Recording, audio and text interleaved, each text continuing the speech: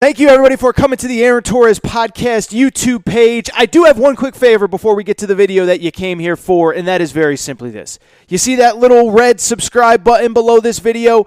Go ahead, smash that subscribe button. It really does help me. It really does help this channel grow and my audience grow. So go ahead and hit that red subscribe button. And now, here is the video that you came here for. But in terms of the biggest stories, I think there's no doubt about it. I think the single biggest story of the NCAA tournament was all of the upsets, the insanity that happened over the course of this weekend. And oh my goodness, were there so many upsets. And it wasn't just like it felt like there were a lot of upsets. Like there were literally more upsets than ever in the history of the NCAA tournament through two opening rounds. The NCAA, I saw this stat. It's kind of interesting. The NCAA put out this stat that they consider an upset to be any time a team that is 5 seeds apart beats one that is 5 seeds apart. So basically, a 7 losing to a 10 is not considered an upset. But a 12 beating a 5, a 4 losing to a 13, a 2 obviously losing to a 15, an 11 beating a 6, those are considered upsets. And this year, we had more true upsets, 5 seeds apart, than have ever happened in the history of the NCAA tournament, according to the NCAA. According to David Warlock, a great follow on Twitter, there had never been more than 10 quote-unquote upsets with seeds 5 seeds apart before this year. This year, there were 12. And you know who they were, but to just kind of give a quick recap, I'm not going to go through all of them, but the upsets were absolutely just staggering, really, as Oral Roberts is a 15 seed, beats both Ohio State and Florida, as Oregon State beats Tennessee and Oklahoma State, as Syracuse beats West Virginia and beats San Diego State, as North Texas beats Purdue, as Abilene Christian beats Texas, on and on and on and on and on. Incredible weekend of upsets. And I think the single biggest question that I have gotten as it pertains to the upsets is actually pretty simple. Why has it happened? Why did we have so many more upsets this year than we've ever had before? And so a lot of you have asked me, and I've done a lot of thinking about it because this is all I do. I sit around and I just think about weird stuff like, why are there so many upsets in the 2021 NCAA tournament? I came up with 3 reasons that I think why. The first one is a reason that we've talked about probably for about 4, 5, 6 years now. It's not really new, but I do think it needs to be discussed. And that's that the gap between the quote-unquote really bad teams and the quote-unquote really good teams, it's just not as big as it used to be. I mean, if you think back to even 6, 7, 8, 9, 10 years ago, you had even the good teams from the good programs. Yeah, you had a guy or two leave a year or two early, but for the most part, it was veteran teams with veteran players that had all been together, had played together for a long time, and that's just not the case anymore. We obviously have some exceptions, like Gonzaga, like Baylor, but, you know, you look at some of these teams. I mean, first of all, we talked about the Blue Bloods all year, but Kentucky wasn't even in the tournament. Duke wasn't even in the tournament. Kansas was a 3 seed. They're already out.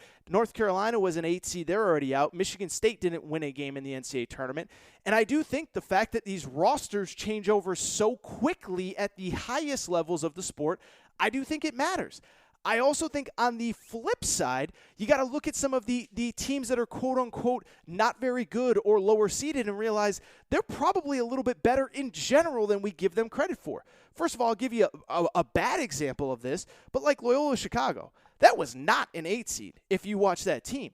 They went, I think, 24-4 during the regular season, won the Missouri Valley, beat some good teams in the out-of-conference, but that is a team that's a perfect example of what I'm saying about the gap closing between the really good teams and the really bad teams. Loyola Chicago won 21 games last year, and they brought back their top 8 scorers from last year. So, and especially in a year like this, but even not in a year like this, that is a team that over time is just going to be better because they're more experienced, they know each other, they've played in NCAA tournaments. That stuff matters. I'll take it a step further. Look at a team like Abilene Christian. They didn't have the greatest win-loss record, or Oral Roberts. They didn't have the greatest win-loss record, but Oral Roberts, go back and look at their out-of-conference schedule. Oral Roberts, here is who Oral Roberts played in the out-of-conference. They played at Arkansas, who, oh, by the way, they're playing in the Sweet 16 this weekend, which is kind of a crazy thought altogether. But they played Arkansas in the out-of-conference. They played at Wichita. They played at Missouri. They played at Oklahoma State. They played at Oklahoma. Do you think they were scared to play against Ohio State? They played at Bud Walton Arena. They played at Gallagher-Iba Arena. They played at Lloyd Noble Arena. They played against Wichita State. You think they're going to be scared of playing Ohio State? Because I don't think they're going to be scared of playing Ohio State. Same with Abilene Christian. Again, they played Arkansas. They played a couple teams in the Big 12. They're not going to be afraid, especially because they're older, they're more veteran, they're more experienced, they're confident in what they do, and you get these power conference teams that they flip over their roster every year trying to find the secret sauce as you lose players to the NBA, you're bringing in transfers, you're bringing in freshmen. It shouldn't be a surprise that the gap between the really good teams and the really bad teams is smaller. That is reason number one why I believe there are so many upsets. Reason number two, and this is very basic, I don't think we seeded these teams very well, and it's because we didn't have an out-of-conference portion of the season. Now, we played some out-of-conference games. I mean, we got the Big Ten ACC Challenge. We got the Champions Classic. We got some weird version of the Maui Invitational, but we didn't really get those 5-6 weeks to evaluate who was good, how good they were, and how they stacked up against other elite competition. And so when I look at this tournament, I mean, it's hard not to say that we completely misseeded a lot of teams. From the Big Ten's perspective, we just assumed the Big Ten was good because, they beat up on each other, and look at Michigan State. They're 9-11 in the Big Ten, but the Big Ten's so tough. Well, how do we know the Big Ten's tough? Nobody played anybody else out of conference. How do we know the Pac-12 is bad? The Pac-12 didn't play anybody out of conference. And so when you factor in that we had no out-of-conference games to actually determine who is good and who is bad, I think we saw a ton of misseedings.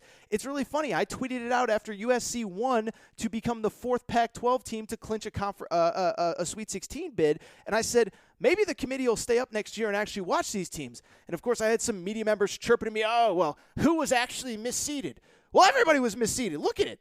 I mean, you can't have Iowa as a 2 seed playing Oregon as a 7 seed, and Oregon is just very clearly the better team.